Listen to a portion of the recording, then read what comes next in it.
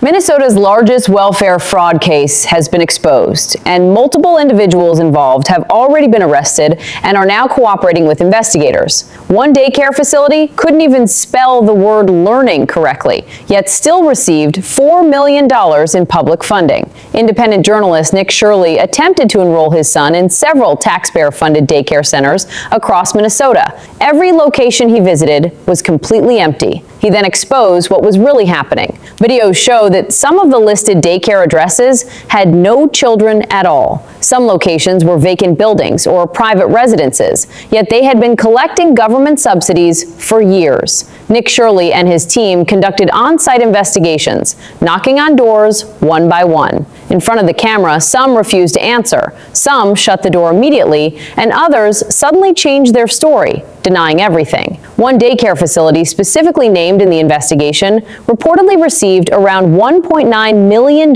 in public funds in 2025. Yet during filming and site visits, the location was completely vacant. State authorities and law enforcement have now launched formal investigations. All right, Nick, we've had you on this show before. You know, I'm a longtime follower of yours. You've done incredible work. I know you're an incredible investigative journalist on the ground. But I guess my question is this. How much investigating did you actually have to do to find these centers, some of them that have misspelled signs? Did you just find them easily, or how did you go about this? Because it's amazing to me that nobody else besides you saw a problem here when they can't even spell on the side of a learning center, Nick? Yeah, it's a great question, and I have to give props to the man by the name of David who helped me in this investigation. He's been doing research for years trying to expose this fraud, and nobody has given him the time of day to even talk about this. So with his help and my own investigation, I've known about the fraud taking place for a long time. Minnesotans have been telling me for a long time about the Somali fraud that is taking place. And with his help, we were able to crack over $110 million in fraud in one day. And that's just the tip. When people say it's the tip of the iceberg, it really is, because there's billions of fraud inside the state of Minnesota right now. Nick, kind of on that topic, you said that, I believe you just said his name was David, has been researching this for years. In your experience, or in your opinion, just spending the day you spent out there tracking this down, is there any way that this hasn't reached the governor of Minnesota, Tim Walz? I mean, you know, take aside ongoing litigation or what have you, but is there any way that he could claim ignorance on this, just in your experience over this investigation? Oh, it's so obvious. If you're living in Minnesota, you have to raise your eyebrows and think, what's going on? Literally, if you drive around Minnesota, around Minneapolis, you will see daycare centers, autism centers. You will then see transportation companies that have snow piled up as if they haven't moved in months. And then you also go into buildings where there'll be 20 healthcare companies, 14 and 22, the video that I published on X and YouTube. So it is like a kindergartner could figure out that there's. Hello, good people. I hope that you are doing fine from any part of the world that you are watching today's video from. And we must honestly thank God because we are almost crossing a new year. But again, something shocking is happening in the United States. Many Somali families are furious after a daycare fraud investigation exposed shocking details about childcare programs that were supposed to serve children. According to an investigation by journalist Nick Shirley, several Somali-run daycares were very inactive and were found to be empty. Some had misspelled words like learning, which was not written very well on some of the daycares, and some had no children at all. Nick Shirley physically went to the listed daycare locations, reviewed documents, and compared public records with real-life conditions. What he found raised serious questions about oversight, accountability, and how public funds are being misused. Now that this investigation is public, anger is now growing in the Somali community. Many feel embarrassed, some feel betrayed and frustrated. What has made people even more upset is the fact that after the fraud has exposed so many Somalis, now they are turning to the Black Americans for their help and sympathy, instead of addressing the issues raised by the investigations. And I feel that the Somalis have a lot of stories in store for us. Welcome back to Polito Realities, a channel where we handle real investigations. We put forward what so many people fear to talk about. If you are new here, take a minute to subscribe, to like, and to share today's video. And honestly, stay tuned because a lot is going to be unwrapped today. There are some sketchy things happening in Minnesota, and Nick Shirley is exposing all of it. Watch this. I knocked on the door, and to my surprise, somebody actually answered the door. Hello? Can we speak? I would like to check a child in the daycare. Can I speak to a manager? Where can I get paperwork to file for my son? I wanted to put my son Joey in daycare. And after a few questions, the lady went silent. Looks like little Joey Shirley ain't going to daycare here. And now where are we going? Now we're going to Sweet Angel Childcare. We're in the middle of a strip mall here inside of this neighborhood. In fiscal year 2025, this facility, which has its license for 74 kids, was paid $1.26 million in tax money. And there are no kids, and all the facilities are the same way, all of them. Let's see if anyone opens. Yeah, let's see. Once again, I tried to find a spot for my son Joey, and they would not open the door. I want to put my son Joey in daycare. Cuz I need a spot to put my son Joey. Yes. Is this your daycare center? No, so I work there. What's happened? I just want to put a child in daycare, but all the daycare centers seem to be closed. No one's opening the doors. You work here? I was, yeah. What's happened? Where are the kids? Yeah? It says it's licensed for 74 children. Right here, state of Minnesota. Where are the kids? They Huh? got paid $1.26 million in fiscal year 2025. It says they have a capacity for 74 children. When? No, when? Where are the kids? Right here. State of Minnesota website. You work here and you don't know? I don't know. I was there before. I don't know what's going on. Were there any kids when you worked here? He's there. Kids there. What's How up? many? I don't know. You don't know? Yeah. You worked here. Okay, well, then you're not of any help. Can I put my son in a daycare here? No, I don't know. Can I speak to someone? No, I don't know. No. Yeah, I would like to see if I can put my son Joe. I got some questions. I have never seen something so sketchy and so consistent going on in sanctuary cities anywhere near the state of California like the state of Minnesota. How is it that the federal government isn't setting auditors to go and check out these places, to go and actually be on the lookout for potential fraud that millions and millions of our taxpayer dollars are going towards? And the crazy thing is that the majority of all of these quote unquote childcare facilities are owned by Somali people. You know, the very individuals that it seems that they're taking over Minnesota.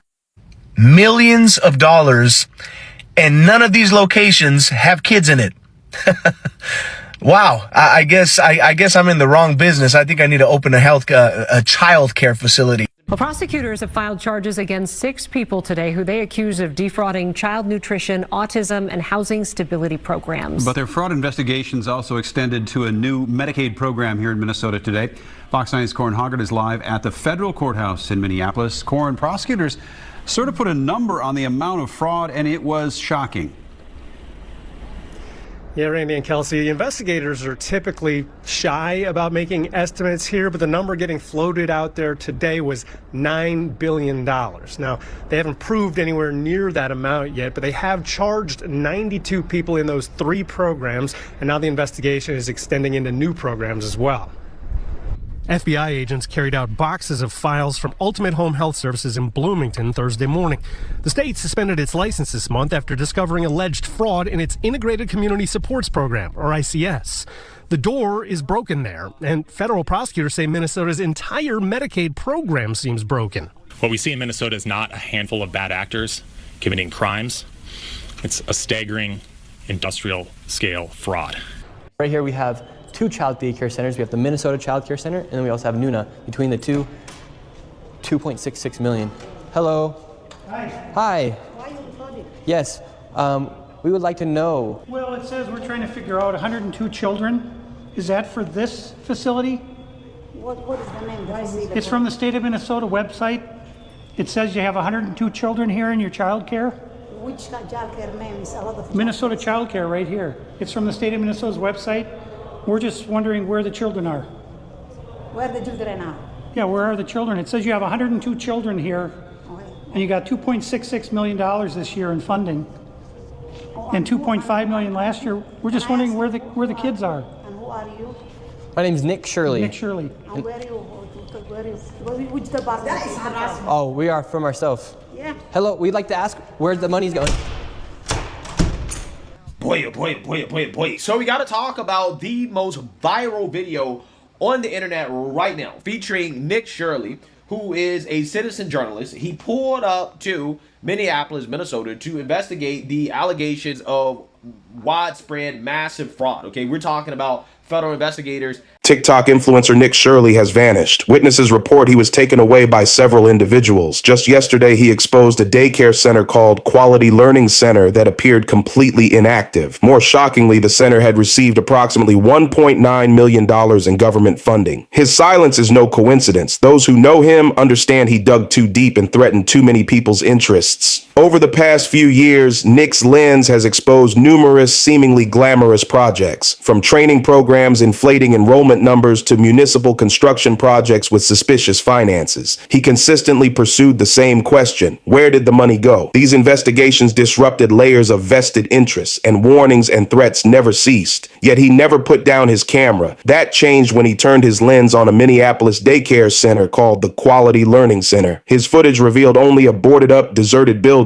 Even the sign bore misspelled words. The footage sparked outrage, becoming his final public statement.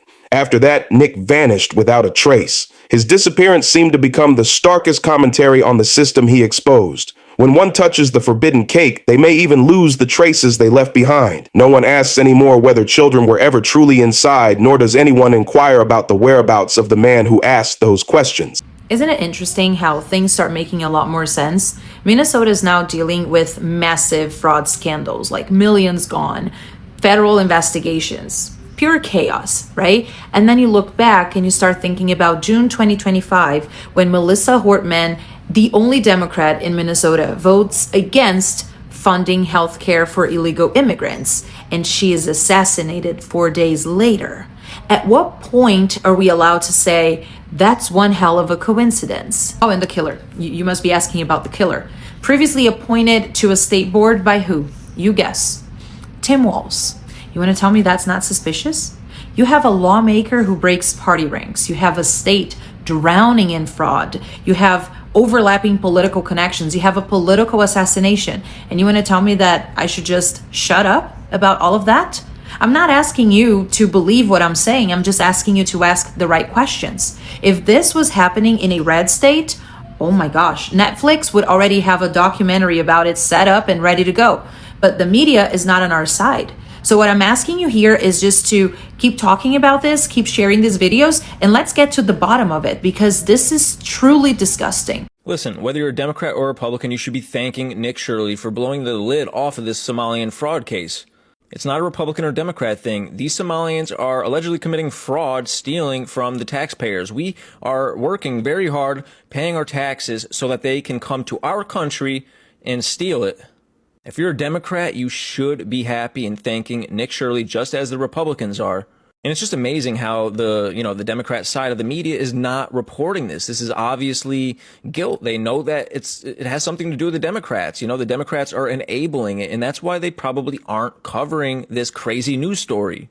Nick Shirley, an independent 23-year-old journalist, blows the lid off this, right? Not even a regular journalist, not even someone from CNN or Fox. An individual person went to Minnesota, started asking questions. Holy fuck, and they wonder why the news is at an all-time low in trust. Hello again and welcome back to our discussions. And from the clips, I must say honestly, I am shocked. Like, how can you put something as active and in reality those things are not existing? So I must say thank you to Nick Shirley for the work that you did of exposing those frauds. And for those who don't know who is Nick Shirley is a journalist who investigates government spending and public programs. But in this case today, he focused on daycare programs that were linked to the Somali communities.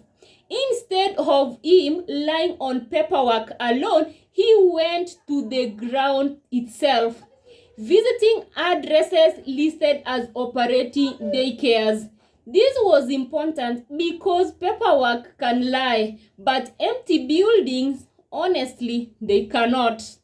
So according to Nick Shirley report, some daycares were listed as completely empty. Some addresses were misspelled or incorrect. Some locations appeared no daycare ever operated there. These findings raised serious concerns about whether daycare funds were being used properly or whether children were being cared at those sites. Many Somali families are angry not because of the story but because it had been exposed by an outsider. Parents trusted these systems. Communities also trusted these systems as well. Leaders were trusted too. Now they feel that the trust has been damaged completely. The anger is coming from shame brought to the community. The anger is also coming from fear about child safety and also the misuse of resources meant for children.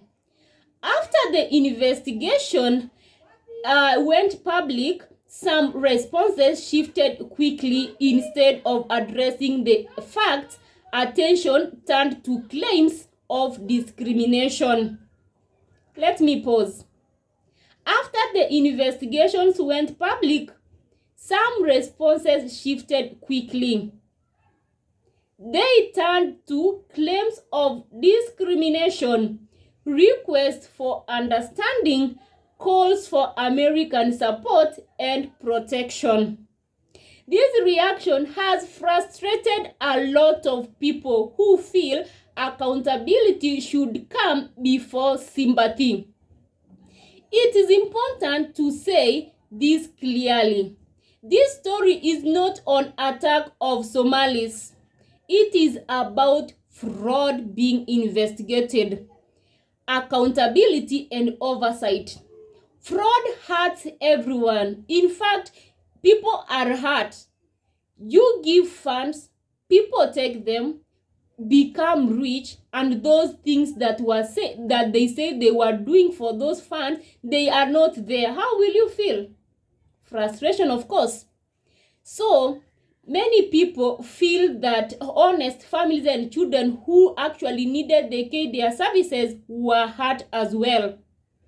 So in this case, it matters because people are frustrated and angry. This case shows why oversight matters, journalist matters, and silence enables wrongdoing. Without Nick Shirley, the investigation and the question being asked could not be seen. And let us do this. Let us remember this, that protecting children must always come first. Communities grow stronger, and when they confront problems with honesty, now they deny them.